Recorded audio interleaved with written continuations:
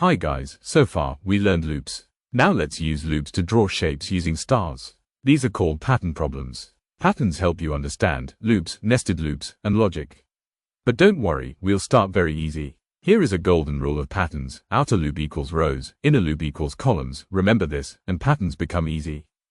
Pattern 1, single line. This is very simple. We just need to write this print function with starts and that's it. We will get this same pattern. Pattern 2, square pattern. See this pattern guys, as I have already told you, outer loop runs for rows, as here are 3 rows. And inner loop runs for columns, as here are 5 columns and print stars in the same line. And this print function moves to the next line. So this code will print this pattern successfully. Now, try to write the code of this pattern guys. Just a simple loop, play with range like from 1 to 5, and print these stars. So this was just a simple overview of pattern problems. We will learn more about pattern problems with our coming challenges. Till then, bye.